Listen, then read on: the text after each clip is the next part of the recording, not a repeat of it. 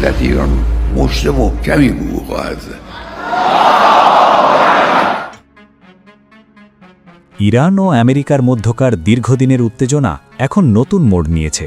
বিশ্বের সবচেয়ে গুরুত্বপূর্ণ তেল পরিবহন পথ হরমুজ প্রণালীতে মার্কিন জাহাজগুলোর চলাচল নিয়ে ওয়াশিংটন জারি করেছে বিশেষ নির্দেশনা।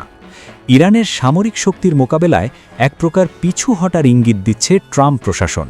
ইরানের শক্তির পরিমাপ করে কেঁপে উঠেছে আমেরিকা। ইসলামী প্রজাতন্ত্রের হুঁশিয়ারির সামনে এবার আরও সতর্ক ওয়াশিংটন। মার্কিন জাহাজগুলোকে ইরানি জলসীমা থেকে দূরে রাখার সরাসরি নির্দেশ দিয়েছে ট্রাম্প প্রশাসন। ওয়াশিংটনের পক্ষ থেকে জানানো হয়েছে, যদি কোনো পরিস্থিতিতে মার্কিন জাহাজে ইরানি বাহিনী উঠে পড়ে তবে নাবিকরা যেন জোরপূর্বক প্রতিরোধ না করে।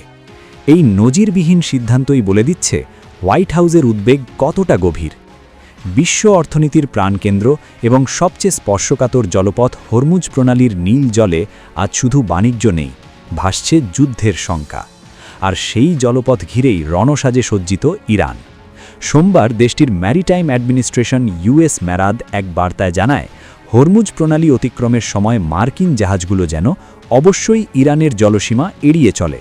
বিশেষ করে পূর্বমুখী যাত্রায় জাহাজগুলোকে ওমানের জলসীমার কাছাকাছি দিয়ে চলাচলের সুপারিশ করা হয়েছে। এই সতর্কতার পেছনে রয়েছে দীর্ঘদিনের ভূ রাজনৈতিক টানাপোড়েন। জানুয়ারির শেষ দিকে ইরানের বিপ্লবী গার্ড বাহিনীর বিশাল নৌমহড়া ওয়াশিংটনের কপালে চিন্তার ভাঁজ আরও বাড়িয়ে দিয়েছে।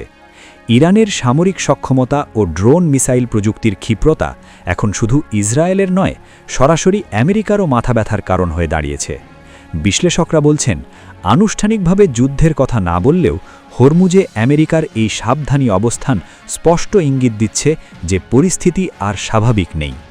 ইরানি মিসাইলের অব্যর্থ নিশানার ভয়েই সম্ভবত নিজেদের নিরাপদ দূরত্বে সরিয়ে নিচ্ছে মার্কিন নৌবাহিনী।